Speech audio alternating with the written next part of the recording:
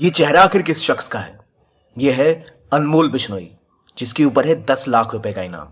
और अगर आप अनमोल बिश्नोई नाम से कोई कनेक्शन ड्रॉ कर रहे हैं तो आप बिल्कुल सही हैं। ये भाई है लॉरेंस बिश्नोई का, और इस व्यक्ति के ऊपर 10 लाख रुपए का इनाम एनआईए ने अनाउंस किया था। उस इनाम के बावजूद ये शख्स आखिर यूएसए कैसे पहुंच गया, जहां इसे अरेस्ट कर लिया गया है और अब एक नया मामला खड़ा हो गया है, जिसमें पहुंच चुका है कनाडा भी, इंडिया भी और अमेरिका भी। कैसे पहुंचा अनमोल बिश्नोई अमेरिका? भानु प्रताप कौन है और क्या इंपॉर्टेंट चार्जेस इस व्यक्ति के खिलाफ लगाए गए हैं, आइए जानते हैं इस वीडियो में। वेलकम टू ज्ञान कोश। आप पहले समझिए गेम है क्या। दो इसमें प्रमुख पात्र हैं।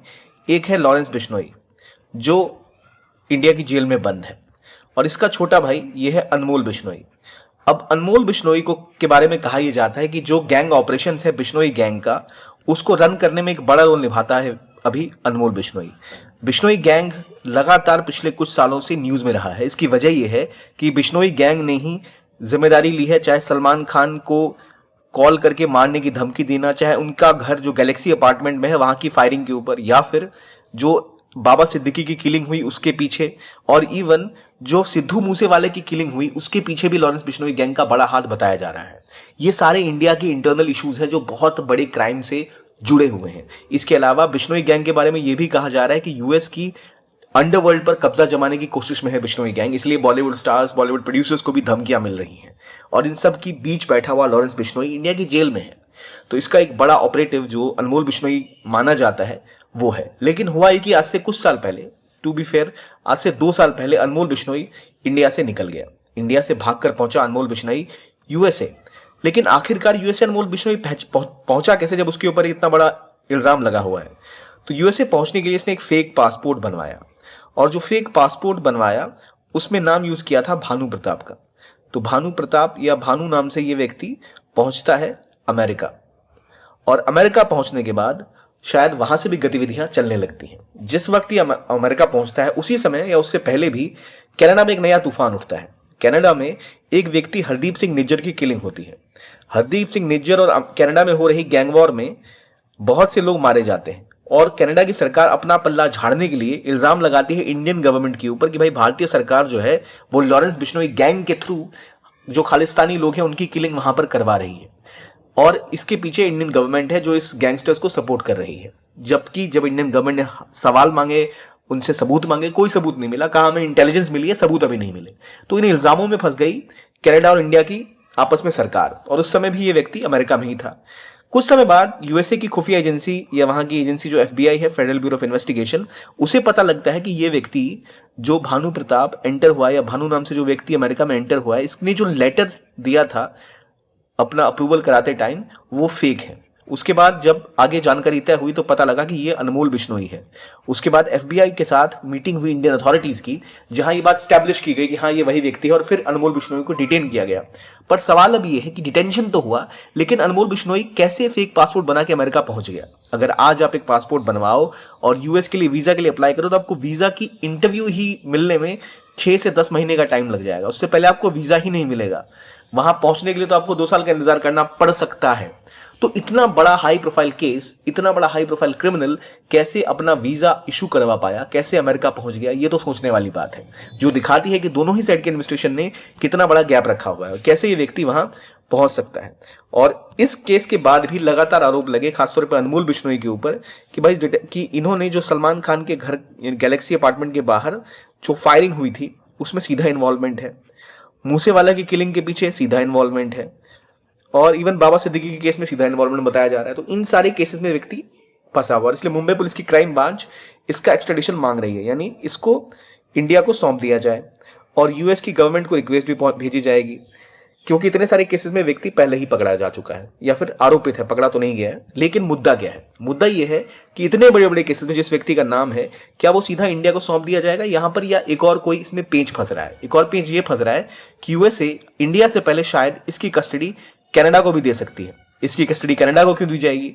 जैसे मैंने आपको पहले बताया, कनाडा के साथ केस ये है कि उन्होंने और उनके प्राइम मिनिस्टर ने सीधा सीधा आके पार्लियामेंट में बोला था कि इंडियन गवर्नमेंट इज इन्वॉल्व्ड, और निज्जर की किलिंग में जो हरदीप सिंह निज्जर खालिस्तानी सपोर्टर रहा है, एक टेररिस्ट भी रहा है, लेकिन जो इंडिया ने डेजिग्नेटेड है, लेकिन ये कहा जाता है कि कैनेडियन सिटीजन है, इसीलिए इसकी किलिंग के पीछे इंडियन गवर्नमेंट ने कुछ गैंगस्टर्स का इस्तेमाल किया और वहां भी बिश्नोई गैंग का नाम आ रहा है। तो वो कनाडा भी चाहता है कि कुछ ना कुछ पूछताछ की जाए। अब कनाडा की क्यों सुनेगा अमेरिका? तो देखिए, कनाडा, यूएसए, यूके, ऑस्ट्रेलिया और न्यूजीलैंड, ये जो 5 कंट्रीज हैं, ये 5 कंट्रीज पार्ट हैं 5 आई अलायंस का। 5 आई अलायंस 5 देशों का समूह है जो आपस में अगर किसी को थ्रेट होता है, कोई खुफिया जानकारी होती है तो आपस में शेयर करते हैं। और ये सारी जो है वो आप कह सकते हैं एक तरह की वेस्टर्न कंट्रीज का एक अलायंस है और काफी क्लोजली ऑपरेट करते हैं। इसलिए अमेरिका में जब इस व्यक्ति को पकड़ा गया और सीधा सीधा थ्रेट उन्हें पता है अभी है किसको, तो कनाडा की सिक्योरिटी को, और कनाडा की गवर्नमेंट ने ऐसा बोला है, तो हो सकता है कि इंडिया एक्सट्रेडिट करने से पहले कहीं ये व्यक्ति कनाडा के हाथ ना लग जाए। अब सवाल यह है कि इंडियन गवर्नमेंट कह रही है कि हमें सौंपो भाई, हमारा क्रिमिनल है, हम हमारे देश में इसके ऊपर कई सारे केसेस हैं। लेकिन अगर यूएसए कनाडा को सौंपती है और कनाडा इनके ऊपर केस लगा के कुछ और करने की कोशिश करता है तो मामला और पेचीदा हो सकता है। इंटरनेशनल लॉ के हिसाब से कनाडा लेके जाने का इस व्यक्ति का कोई मतलब नहीं है, लेकिन पूछताछ शायद वो हो सके। तो अब यहां पर कनाडा का एंगल भी फंस चुका है। अब सवाल ये उठता है कि कनाडा को अगर ये एक्सट्रेडिशन करते हैं, जो कर नहीं सकते लीगली, लेकिन अगर पूछताछ करने देते हैं और इंडिया इसका विरोध करती है तो मामला क्या होगा? अभी तक जितने भी आरोप, चाहे निज्जर की किलिंग का मामला हो, चाहे गैंग वॉर्स का हो, उसमें अभी तक इंडियन गवर्नमेंट की इन्वॉल्वमेंट का कोई भी सबूत कनाडा की गवर्नमेंट नहीं दे पाई है। कनाडा के प्राइम मिनिस्टर ने एक इंटरव्यू में क्लियरली बोला कि we have no evidence right now but we have intelligence, यानी उनके पास कोई सबूत नहीं है पर उनको ऐसी शक है, ऐसे उनको खुफिया जानकारी मिली है, तो भाई जानकारी शेयर कर दो। वो जानकारी शेयर नहीं कर रहे हैं क्योंकि किसी भी गवर्नमेंट पे ऐसा आरोप लगाना बहुत एक संगीन बात होती है, जिस चक्कर में उससे बचना चाह रहे हैं।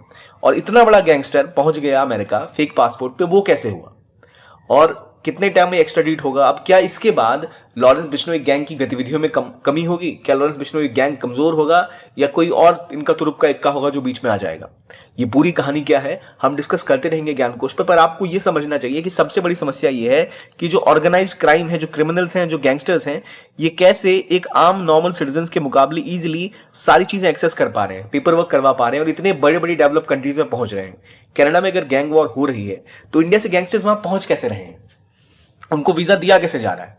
आप अगर वीजा अप्लाई करते हैं तो दुनिया भर की जांच होगी, आपके खिलाफ केस है या आपके अकाउंट में कितने पैसे हैं, कई चीजें पूछी जाती हैं। तो ये सब वहां कैसे पहुंच रहे हैं? और इंडिया, कनाडा और अमेरिका का एक ट्रायंगुलर कॉन्फ्लिक्ट बन जाएगा इस व्यक्ति के ऊपर, ये देखने वाली बात होगी। लेकिन अगर आप यूपीएससी की तैयारी कर रहे हैं तो आपके लिए सिंपल चीजें हैं कि आपको क्या चाहिए। आपको चाहिए हाईएस्ट क्वालिटी ऑफ क्लासेस, ताकि आप बहुत कम समय में मैक्सिमम सिलेबस को कवर कर पाएं। आपको चाहिए कंसोलिडेटेड मटेरियल जो एक साथ मिले, ये नहीं कि आपको 10 जगह से 10 नोट्स पढ़ने हैं, उसके अलग नोट्स बनाने हैं, फिर एक और नया नोट आया उसको पढ़ना है। और आपको चाहिए एक ऐसा एनवायरमेंट जहां आप अपने आप को टेस्ट कर सके मींस के लिए, प्रीलिम्स के लिए, ताकि एग्जाम आने से पहले अच्छी तरह आप तैयार हो पाए। तो अगर आप 2026 की तैयारी कर रहे हैं तो आपके लिए संकल्प का बैच है और टाइटन का बैच है। टाइटन इंग्लिश का बैच है, संकल्प इंग्लिश का बैच है।